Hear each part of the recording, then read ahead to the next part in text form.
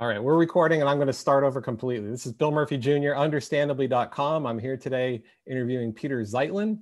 We have about 10 or 12 people joining us and more coming in. That's great. We'll take just a quick minute. This is understandably.com. Sign up to get the daily newsletter, the free version at understandably.com. If you're in a position to consider a paid membership, I'd love to have you aboard. And if you're interested in running ads, we're now doing that, and we'd love to hear from you. Just shoot me an email right now at bill@understandably.com, and we'll get you set up and tell you all about it. So let's just dive right in. Peter Zeitlin, thanks for being with me today. Oh, thanks, Bill. It's good to be here. So can you just start by telling us about Annie Londonderry and how you heard of her to begin with? Well, Annie Londonderry was actually a pseudonym, and I'll explain why she adopted that name. This book, I should show it. I mean, the book that I'm talking about is a historical fiction called Spin.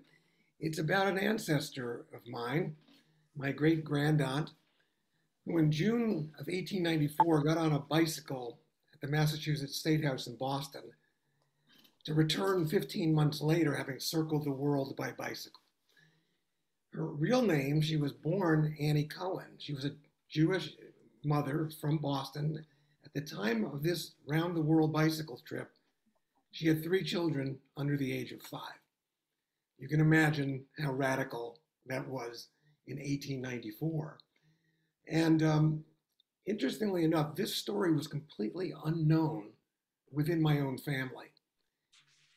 We only learned about it. My mother and I only learned about it in 1993 when my mother got a letter from a complete stranger who said he was researching the story of the first woman to bike around the world, and that her name was Annie Londonderry, but her real name was Annie Cohen. My mother's maiden name was Cohen, but it's a common Jewish name. And in the letter, he laid out a little bit of the genealogy research he had done and why he suspected that my mother might be related to her. My mother never heard of her. She knew nothing about this bicycle trip. And this seems so utterly improbable. Why, if this was in fact a relative and the letter made it clear, the family connection was clear, why was this such a family secret? Why did no one know about it? And in that letter, he had enclosed a couple of newspaper clippings. One from a Boston newspaper in June of 1894, and another from Omaha, Nebraska, a year later.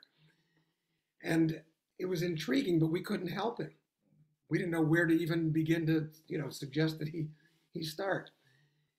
And 10 years went by. And occasionally I would ask older relatives in my family, did anybody know anything about this? Always came up blank. In 2003, the same guy wrote me again. And I decided this time, I got to find out more about this. And that's when I started in earnest to pursue the story myself. And it became an obsession of 4 years of research, of trying to track her all over the world. And simultaneously, to hire a specialist in Jewish genealogy to see if I could track down any distant relatives of mine who might be able to shed light on the mystery of who Annie Londonderry really was. Let me interrupt you just to point out that, I suppose this was sort of an avocation, but you were a journalist to begin with, right? You were a writer, so it wasn't unusual for you to take on a project like this. Right. I had been in a galaxy far, far away, and a lawyer, and then had gone to work for a nonprofit. And I was actually working for this nonprofit when this story kind of came to my attention. But yes, I had been a freelance journalist, and excuse me, my curiosity eventually just got the better of me. I had to figure out why no one in my family knew about this. But I had a stroke of luck at the very beginning, and it's an interesting story, if you'll indulge me, because it sort of explains why I got so fascinated with this. When I decided to give chase myself, I called the Massachusetts State Library because her trip had started literally on the steps of the Capitol in Boston. And when I spoke to the librarian there, a woman named Ava Murphy, she didn't even blink an eye when I asked her if she had, I told her I was interested in.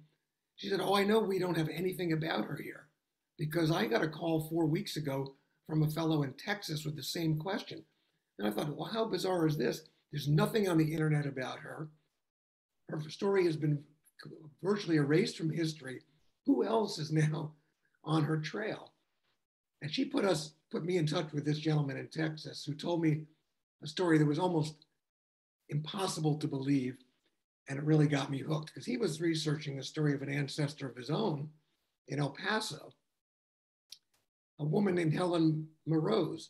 I'm going to interrupt you just for a quick second because this is going to be the El Paso story that I know you told me to ask about.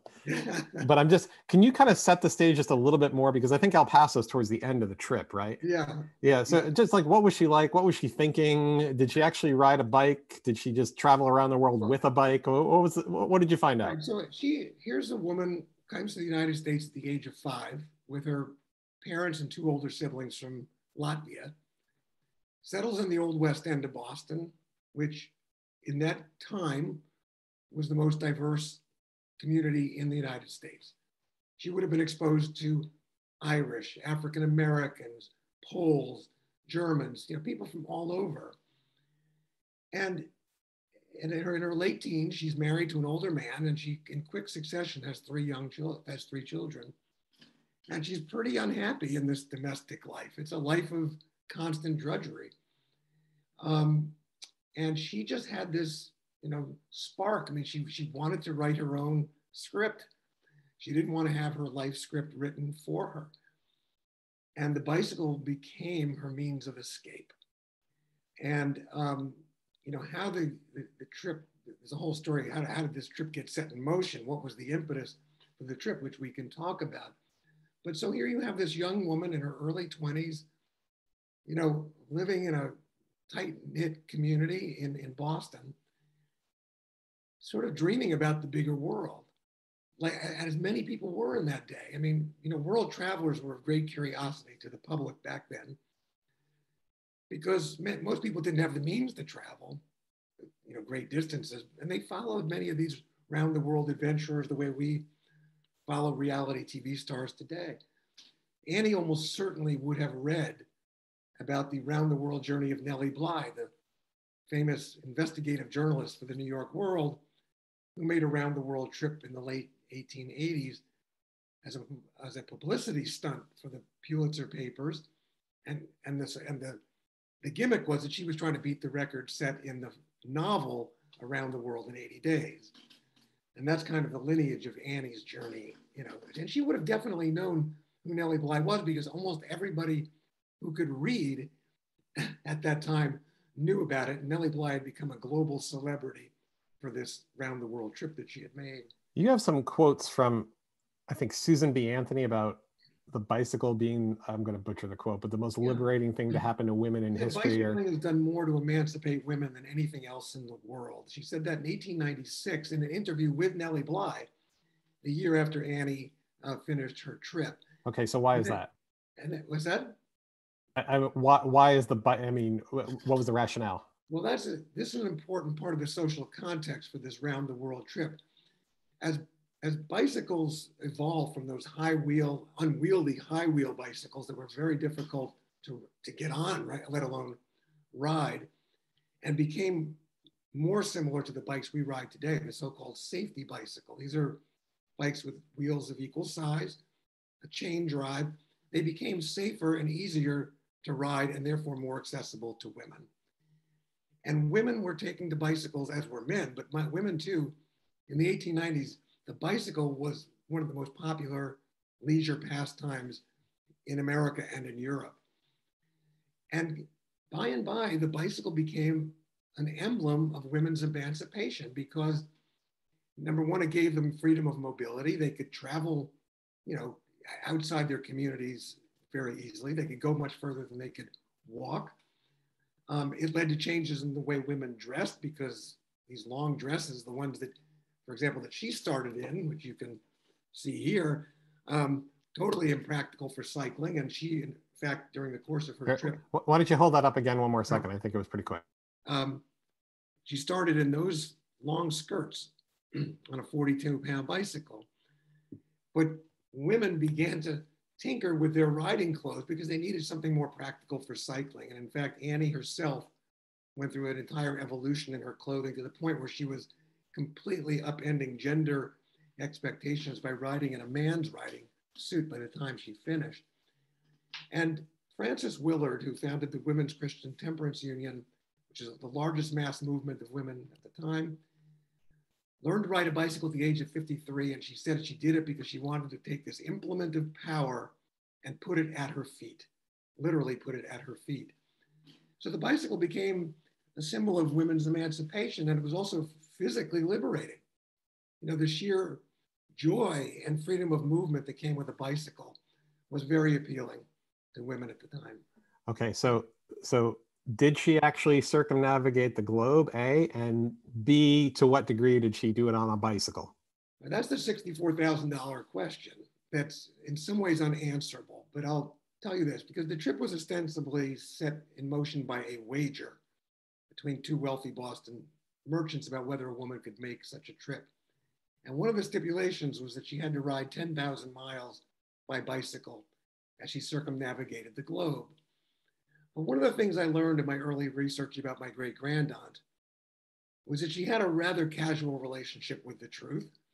She was she had a very creative mind. She had a keen sensibility about what would appeal to newspapers. So she was quite a sensationalist, and she took a lot of liberties with the stories that she told, not only about herself, but about what she was doing and where she was and how much she was riding.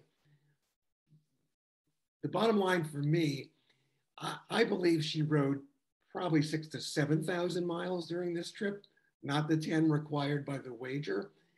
And partway into her journey, some of the press that was following her, and she was written about all over the world. Some reporters became skeptical that she was making, her time was too fast, for example, across Asia for a woman who was pedaling a bicycle. So, you know, when I started this research, I thought my job was to document her purchase on that title, First Woman Around the World on a Bicycle. I began to have my doubts. And at first I was disappointed. But then I realized I had a more interesting character on my hands, because her real achievement in many ways was going from being an anonymous housewife in the West End of Boston to global celebrity. I mean, she became world famous in her day, no small achievement without access to social media, you know, and all the tools we have today. And if she were alive today, she'd be an Instagram influencer with 1 million followers, because that was her mentality. So just to break it down, it sounds like you're confident she did in fact circumnavigate the globe alone, which she would have been the only person to do that, but I've never done it. You're confident of that, but less confident that she actually rode a bike the whole way.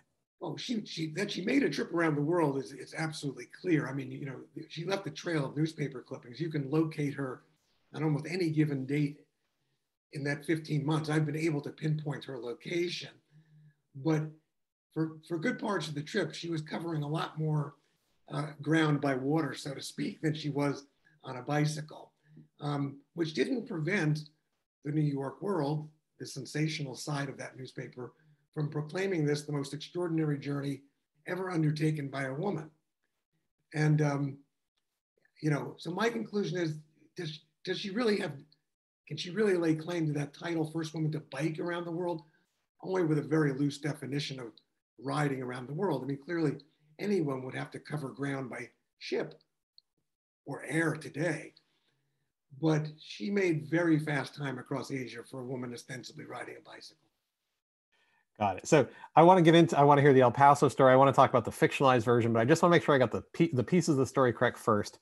She bikes from Boston to Chicago, doubles back to New York, which I'd love to hear about that, and then takes a ship, I believe, to, well, you'll have to tell me, to Europe and then through Asia and the like.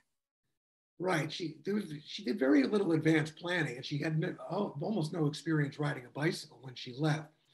And she initially decided she was going to travel around the world going west. It takes her 3 months just to get to Chicago. And keep in mind that this wager that she was very publicly committed to, she had to make the trip in 15 months. So she spends 3 months getting to Chicago. and I think realizes there's no way she's going to make it to the West Coast across the Rockies and the plains before the snow flies. So she reverses course in Chicago, initially having decided to give up the trip, but then decides she's going to continue on, partially because she acquires a different bicycle. Sterling Bicycle Company provides her with a man's bicycle that weighs half of what the bike she started on weighed. The first bike was 42 pounds. That's a monster. This one weighs 21 pounds. So she gets a second wind, so to speak, and decides she is going to go around the world, but now she's going to travel east. And she's now got to get back to Chicago to make a loop, but she's got 12 months to do it. She rides back to New York, takes a steamer to the north coast of France. She rides to Marseille, and that's where she boards a French mail steamer and makes short bicycle trips at various ports along the way.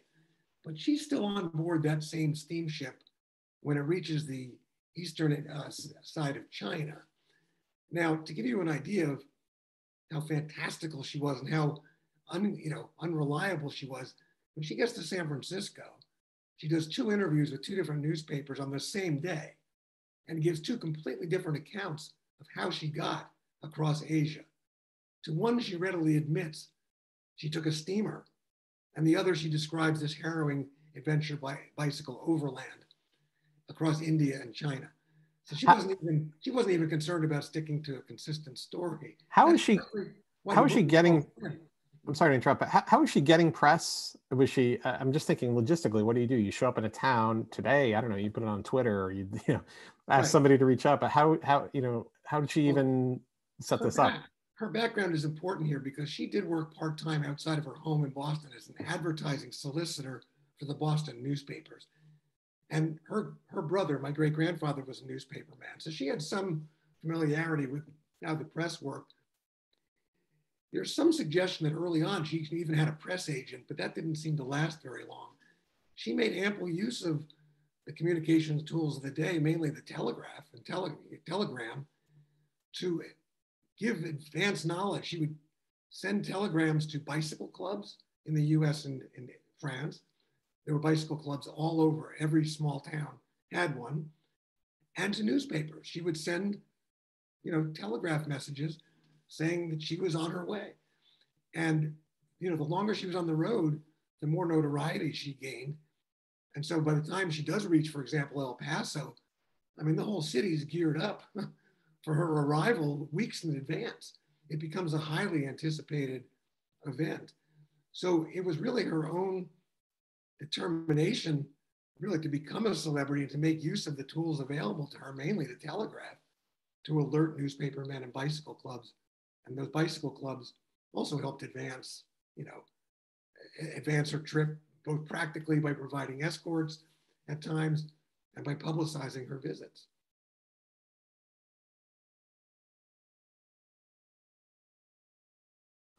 Sorry, I couldn't unmute myself. Just to take a quick minute we've had a number of people join us. I'm Bill Murphy, understandably.com. We're talking with Peter Zeitlin, who's the author of a work of historical fiction called Spin, which is based on the real life story of his 2 greats, right? Great aunt. Great grandaunt, yeah. Yeah, and we'll talk about this. You've also written a nonfiction book about the same person and the same story. But anybody who's joined us, I don't think I thought to say this at the beginning. If you want to suggest questions, if you have a comment, you can do so in the chat here, and I've got that open, so I'll take a look. Another practical question. She left 3 kids at home. Is she sending telegrams home? Is she the world's, I have no reason to cast aspersions, but it's an unusual thing, right? I get upset if I have to be away from home for a day or 2 with my. It's a good question because a lot of material, if it existed, didn't survive. And I should tell people that part of my research, I tracked down her only grandchild, my second cousin once removed. And all of the physical artifacts of Annie's life were residing in this granddaughter's basement, including some correspondence. But there was no record of letters written home, although I suppose there were. But this was a painful chapter for her family, and her children paid a high price for her independence. And it wouldn't be the least bit surprising that no one was interested in saving this, that no one had the even foresaw the day that someone would come along like me and want to resurrect this story.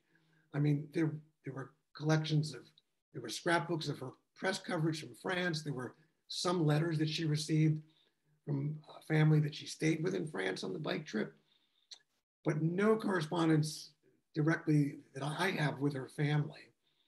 You know, yeah, it's a really, she was a very flawed character in many ways, but I don't think that dims, you know, her achievement either. But it certainly is something that a lot of people who read her story have trouble getting past. How could anyone make this decision to leave 3 young children behind? Okay, so she gets to San Francisco and takes, I don't have a map in front of me, but it seems like a pretty circuit non-direct route to go from San Francisco, then to El Paso, then back up to Chicago, right? And if you look at a map, it's pretty obvious why she would take that route, because it was flatter to ride south to Los Angeles and then across the desert and basically avoid going over the Sierras and the Rocky Mountains. So she does ride south to Los Angeles. She takes 6 weeks doing it in the company of a pretty well-known young, handsome male cyclist from San Francisco. I have my suspicions about why it took 6 weeks instead of 6 days, and I deal with that in Spin. And then heads east alone across the desert, across Arizona and New Mexico, headed for El Paso. Now this, you have to imagine Arizona, for example, in 1895, Phoenix was a city of 3,000 people. Wow. Are there even roads stretching across, or is it desert, or what is it? Desert. Now, what people, the advice she got and what she took was follow the railroad tracks. That was required for both her personal safety if she had a breakdown, but also because, I mean, if you've driven across Arizona even today, you know that you can drive for an hour and the scenery doesn't change a lot. It'd be pretty disorienting out there if you were just riding randomly. So following the railway tracks became an important strategy. And she pretty much follows the railway all the way into El Paso. And it's there that she kind of has one of the biggest weeks of this entire trip. I'm going to ask you about that. I'm also just going to mention, I don't see anybody putting anything in the chat here, and I wonder if there's some technical difficulty.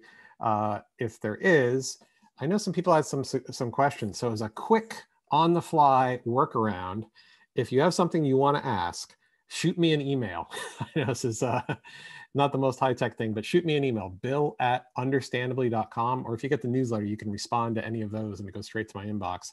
And I'll just check that here, because I think maybe there is some sort of technical issue where oh, nope, I guess it is working. All right, just everybody's quieter than I thought they would be, because I did have some good questions that people submitted when we put out the Zoom link. All right, Peter, El Paso, what's the story? El Paso, you know, this is where I really first picked up her trail, other than knowing that she left Boston. And I'm going to just take a moment to relate this story, because it's what really got me hooked and persuaded that I needed to track down Annie's story. When I called that librarian at the Massachusetts Capitol, and she told me there was a guy in Texas researching the story, I spoke with him, and he was researching the story of an ancestor of his own, a woman named Helen Morose, who was married to a ne'er-do-well in El Paso, who was arrested. He escaped to Juarez across the river, and she comes back to El Paso and hires a lawyer by the name of John Wesley Hardin. If people know that name, John Wesley Hardin wasn't always a lawyer. He was the most famous gunslinger of the Old West. By the time he was 25, had killed dozens of men. And now he was, of course, practicing law in El Paso. And the two of them fall into this torrid affair. And on a night in June of 1895, 4 law enforcement officers paid by Hardin kill Martin Morose in El Paso to get him out of the picture. And I was wondering, what in the world does this have to do with my great-grandaunt? And this fellow who was researching the story said, well, I was wondering where John Wesley Hardin was on the night of the murder. And he was able to, from the old newspaper accounts, determine that John Wesley Hardin was sitting listening to a lecture by a young woman from Boston who was going around the world on her bicycle. when I thought that my old, I thought of her as my old great grandaunt. You know, she was only 23, but when I thought that she crossed paths with the most notorious outlaw of the Old West, that was the moment I decided I just had to find out as much about this story as I possibly could. And she, the newspapers in El Paso start covering her anticipated visit a week, 10 days before, building up the excitement. And she comes into town, she gives a lecture, and she's got all these stories that she's conjured up about being at the war front in China, with China and Japan, fought over control of Korea, about bandits that accosted her in France. She's got a lot of great stories, many made up, to entertain people who are living in places like El Paso or Tucson, where people are pretty isolated. She was a great evening's entertainment, and that's what they came for. And so she gave them the show that they wanted. It's funny because you refer to it as a lecture, but I think if they refer to it that way, then it's not, I think of a college lecture, or it sounds more like almost like a TED talk of 1890s. And I was curious, did people pay to go to these, or was this? Yeah, people often paid. I mean, sometimes you see it's 25 cents or 50 cents. Mm-hmm. And she had collected these lantern slides, these glass slides of various scenes from places she had traveled. These were things you could purchase like postcards, but they could be projected onto a canvas with something called the magic lantern. So she had an early version of a PowerPoint, basically, that she could show to illustrate. And I'll show you, just to give you an idea of what a show woman she really was. She had this photograph stage that she could use. I don't know if you can see, that's the reflections stuff, but she hired these two actors armed with rifles, to depict her being held up outside of San Francisco. So she had these images, some of them completely fanciful, that she used to entertain people. And I frankly came to the conclusion, I don't know that people believed half of what she told them, but they were clearly entertained. Yeah. And that's why the novel is called Spin, because she was a master of spin. And I tell people, I wrote a book of historical fiction about a woman who wrote her own historical fiction in real time as she went around the world. That's wild. So tell me about, so as I mentioned, you had written a nonfiction book about this previously. I think I mentioned in the newsletter, I had never heard of Annie Cohen, Annie Londonderry, until the New York Times has a feature, I believe they call it Forgotten Obituaries. Overlooked, yeah. Overlooked, yeah. And so I saw that, and just as I do, people sometimes ask me, how do you write an article every day? A, with a great deal of difficulty, but B, a lot of it is things that are just filed away to write about at some point. And so knowing that she had begun the trip in June, I thought, maybe the beginning of the summer, I'll look at this. And when I sat down to write it a week or two ago, based largely on what the Times had mentioned, I kind of went down this little bit of a trail and was led to articles you'd written in the Christian Science Monitor, which led me to, he actually wrote a book about this. And then at the last minute, realized, he has a new book of historical fiction out about it. So it's been out there. You've been entwined with it forever. I wanted to ask you about, let me think of just one question to ask. The first question to ask is, what's the biggest piece of fiction within your book of historical fiction about something you had written a book about in terms of history? That I made up. Yeah. What was in there? Probably her. I imagine a meeting in San Francisco of her and Susan B. Anthony, at which another famous person makes an appearance who actually did know Susan B. Anthony, who was Buffalo Bill's Wild West show. And I have Annie make a cameo appearance in Buffalo Bill's Wild West show out in San Francisco on that same time frame. One of the celebrities of Buffalo Bill's Wild West show was Annie Oakley, who often performed her sharpshooting routine from a Sterling bicycle, which is the second brand of bicycle that Annie rode. So all three of those famous people, Susan B. Anthony, Buffalo Bill, and Annie Oakley, figure in a chapter in the book, but that sprang completely from my own imagination. When book clubs who've read Spin, it's a parlor game, right? What's true, or what did the author make up? But there's another layer here. What's true? What did the narrator make up? Because it's written in Annie's voice as an older woman writing to her granddaughter. what did the narrator make up? What did the author make up? And what's real? And what's not provable? There's the things in the books I say to people, I don't know that this did or didn't happen, but it strikes me as very probable that it happened.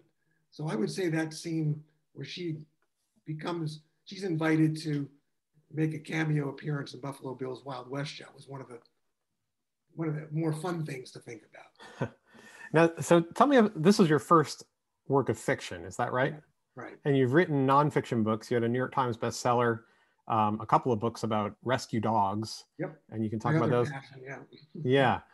Tell me about what's it like to switch gears? Probably every nonfiction writer I know has at least one or two half-written novels in the desk drawer, so to speak. When that obituary appeared in the New York Times that you mentioned, my wife is the one who looked at me and said, book clubs love historical fiction about women. And she basically ordered me to write this story as historical fiction. I had no experience writing a novel, and I didn't think I could do it. And I figured I'll write 20 pages to appease my wife, and they'll all be forgotten. But my agent ended up liking the first 20 pages and said, keep going. I actually found it refreshing and easier than I expected. And I think it was for two reasons. One is that Annie has been living in my head now since 1993. And I feel like I know her so well. But I also always wished that I could have an hour with her to ask my questions, to hear her tell her story. And I wasn't aware of it at the time that I was writing the novel. Why was it written in the first person as Annie talking to her granddaughter? And I think, now that I think about it, I think it's because it gave me a chance to let Annie talk to me. That conversation that we could never have. She died 6 years before I was born. So I actually found it liberating and kind of fun. And sometimes I had to remind myself it's okay to depart from the historical record. You're writing fiction, because all my instinct is in nonfiction. And that first book you referenced, I'll show it. It's called Around the World on Two Wheels. I had been encouraged back in early 2000s to write this story as historical fiction, but I didn't want to obscure what happened. Then nobody would know what was real. So that book became an exercise in my sorting out fact from fiction. When it dawned on me that not everything Annie said should be taken at face value, that the true story of Annie Londonderry included all of the fabrications that she made up about her own story, her own trip. So it was really quite freeing in a way to write spin and not be strictly bound by a historical record, and be able to imagine the conversations that took place, and imagine how it might have all gone down, since some of it's not knowable. Yeah. How did her story turn out? And a follow-up is, I don't want you to give away the end of the book, but I'm just curious whether it's a different ending in your book. You mean than the first book? Well, I mean, in real life, as far as you know, how did her story turn out? I understand she came back and sort of resumed life with her family, but then moved, and I wasn't sure if she left with another man and came back, or No, it actually, I have to say that spin, although parts of it are fictionalized, and it is pretty true to the real story. She does finish this trip in Chicago 15 months after she leaves Boston, and she becomes briefly Nellie Bly's successor at the New York World. In fact, her story that she wrote for them about the bike trip, her byline was Nellie Bly Jr. And they then engaged her to write a series of sensational features for them over the next 6 months or so. But she then became pregnant with her fourth child by her husband, Max, to whom she returned. She goes back to this family. But when the kids are of school age, she dispatches them all to boarding schools, to Catholic boarding schools. This is a Jewish family, an Orthodox Jewish father, probably a somewhat agnostic mother, but with a strong Jewish identity. And that has all kinds of repercussions. And I don't want to, I'll spoil part of it if I get into it. But she does disappear again from the family in the late 1890s to go out to California. I suspect dealing with some depression, and she's gone for about a year. It's a pretty uneventful year, and then she does end up back in New York and starts her own business, a garment business, actually manufacturing garments in New York, where she had moved her family. So yeah, no, the ending is pretty true to life. Got it. I have a couple of questions here. One, Kate Sullivan points out there is a podcast on stuff you missed in history class about Yes. her. You're familiar with that? I don't. Maybe you were even Yeah, involved with it. I did that. There we go. Sure. And this is a really good question. It's a logistical question. Bicycles break chains, blow tires, and have other issues today. How did Annie get parts for her bike, especially since it was kind of high tech for the day? Yeah, it wasn't so much that it was a high tech bike. I mean, these were both common brands, but the really good part of this question is, what do you do when you're out in the middle of Arizona and you blow a tire? First of all, there were, and I actually found one on eBay, there were actually tires. These were pneumatic tires, air-filled tires. There were repair kits, tiny little repair kits that you could pack very easily. And of course, she was traveling very light and shipping her trunks ahead. But that's why you followed the railway tracks in places like the West. I mean, you could wait for a passing train to come and save you. She had to walk her bike 20-something miles into Los Angeles with a flat tire. I mean, sometimes, that's the other thing you have to appreciate. I go biking today, I call my wife if I have a flat tire on my cell phone, because I don't even know how to fix my tire. No broken chain as far as I know, no broken frames, but several flat tires for sure. And you either had to walk or you had to wait for help to come by. Now, keep in mind that she also often was accompanied by riders, escorts in and out of cities from the local bicycle clubs. So she wasn't always alone and without the ability of someone nearby to help her. Got it. Bill, I want to just quickly mention, because we haven't touched on it, but she was required under the terms of the wager to earn $5,000. That was one of the conditions. And she did it by carrying advertising on her body and her bike. And that's how she got her name, Londonderry. Because that first picture I showed you, I don't know if you can see it, but on the back wheel, you can't really see it. There's a placard that says Londonderry. And that was the logo of a spring water company up in New Hampshire that paid her $100 to carry their logo, Londonderry, on the bike, and to take the name, which I think also had the advantage of making it less obvious that she was Jewish, which would have eased her passage in certain places. But there are pictures of her, I'll show you one. This is a drawing of her in a newspaper in France, but these little patches you can see on her thigh and her knee depict little advertisements she would carry for merchants in whatever town. She'd get to Paris, she'd collect banners or things she would stitch to her clothes. And she actually had, one of the newspapers said, it's 300 to rent her sleeve, it's 400 to rent her left breast, her back goes for 500. And she would ride around town for a couple of days, basically as a roving billboard. Was that novel? Novel, oh yeah. She was, to my knowledge, the first woman to do a week today called sports-related marketing, where advertisers would plaster their brand on her. But Annie Oakley, the same year, appeared in advertisements for Sterling bicycles. And as Annie did, it appeared in ads for Sterling bicycles. I've not found an earlier example of a woman athlete, so to speak, carrying advertising or promoting brands the way she did. That's really interesting. Even, I mean, obviously sports in general. I guess we had baseball organized in this country. I guess there was soccer overseas, but not like today. And no. Yeah. And bicycle racing was quite popular. So some of the male racers had sponsors, tire companies or bike companies, but women, as far as I could tell, she was the first.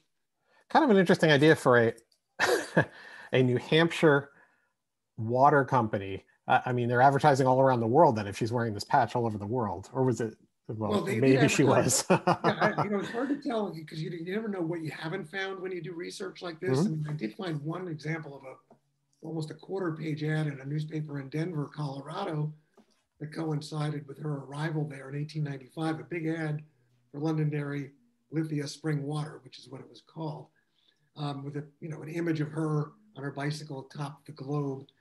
And I kept thinking, boy, I'm sure there've got to be more of these, because why would they have just picked Denver? And I've never found another example.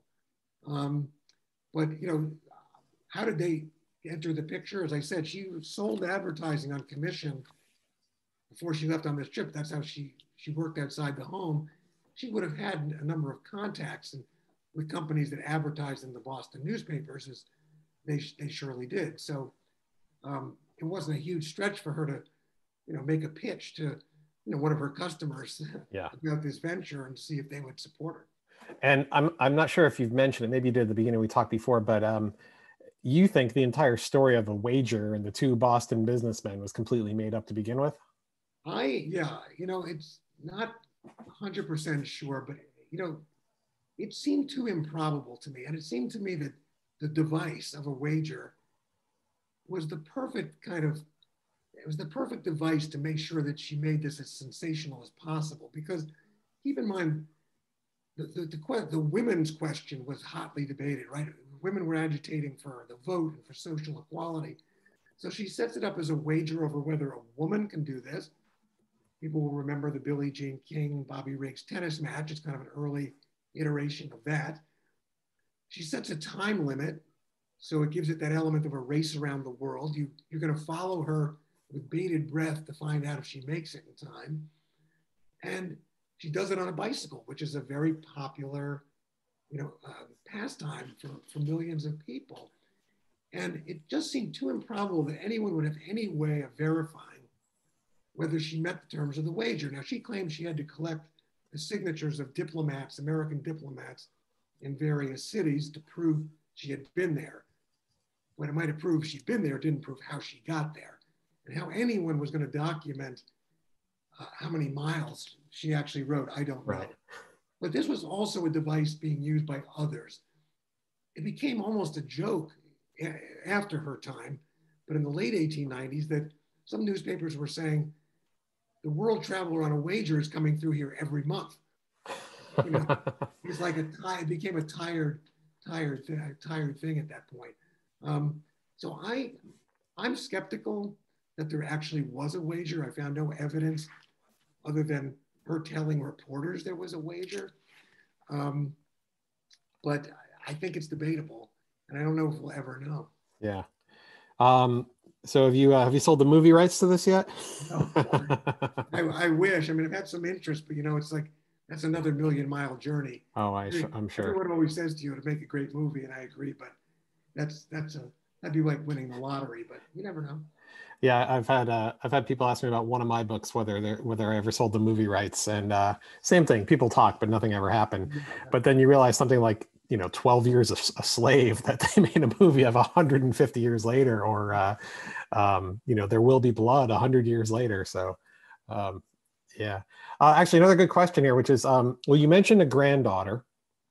Is that her only living descendant? The question is, have her descendants been influenced in the way they viewed her by what you've written and uncovered? And also, I forget where you said she was originally from. Was it Latvia, Lithuania, somewhere there? Did she go back there at all on this trip or otherwise? Not that I know. Yeah. She's not on this trip, and not that I know of ever in her life. Uh-huh. Mary, the granddaughter that I found, my second cousin once removed, is her only direct living descendant, because Mary herself has 2 adopted children, and she was the only grandchild. So other than that, we are all what are called collateral descendants, not in a direct line. When I found Mary, when with the help of a genealogist, got her name, and her last name is Goldiner, she was listed on the cemetery records as responsible for the plot where Annie's buried in New Jersey. That's how we found her. And when I wrote to Mary, I had no idea if we were related. I didn't even know if she was alive. I certainly didn't know if she would have any interest in writing back to me.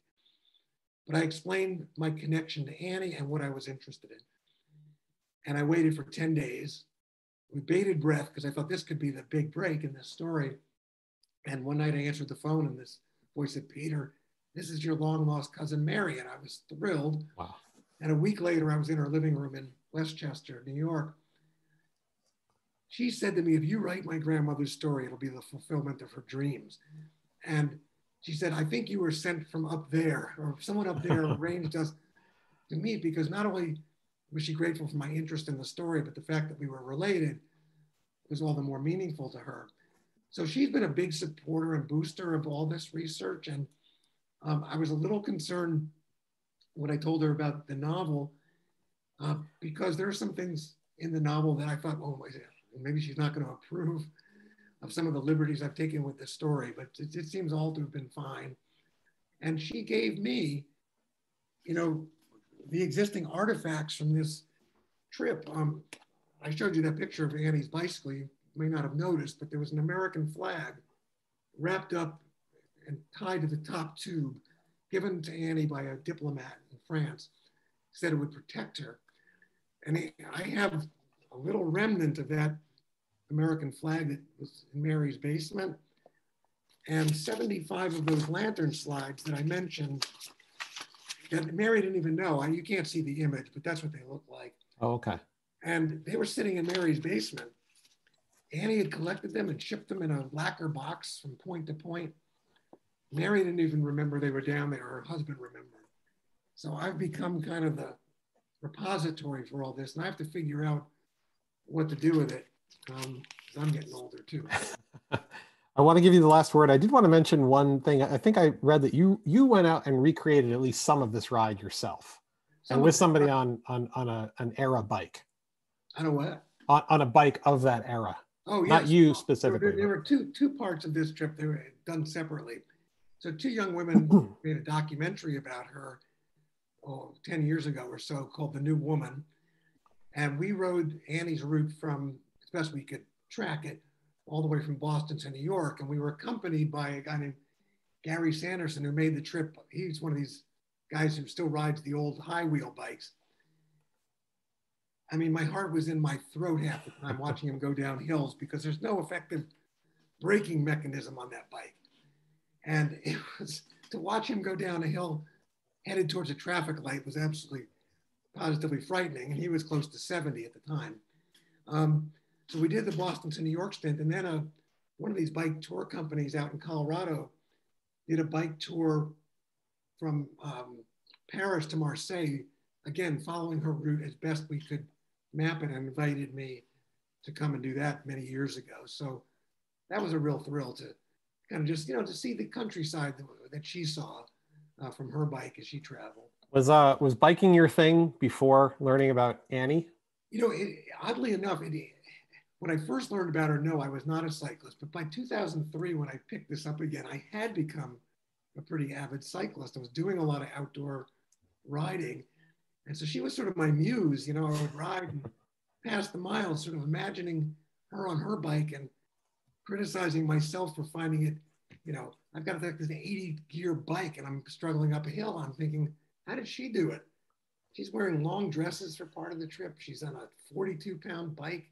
She did eventually graduate the Bloomers when she got a man's bicycle and then a man's suit. But, it's nothing like it was back in her day. There were very few paved roads back in her day. Yeah, I was wondering about that. I mean, fewer paved roads, but also maybe less traffic. No red lights, and you're worried about an 18-wheeler. Yeah. Maybe, yeah. All right, so the book is called Spin. This is Peter Zeitlin. We have a couple of free copies to give away. What I'm going to do is, everybody that signed up and participated here, I think that's the fair way to do it, or at least tried to. I had a couple of notes from people that tried to get in and had a technical issue, but I'll do my very high-tech method of running a random command within Google Sheets and picking out 3 of them, and we'll get those off to you. And that's about it. The book's called Spin. This is understandably.com. If you have no idea what understandably.com is, you're in for a great treat. You should go there right now, sign up for it for the daily newsletter, think about becoming a paid member. And I want to say thanks, Peter, for being with me today. I really appreciate it. Thank you, Bill. I enjoyed it. Okay. Thank you, everybody. I had fun.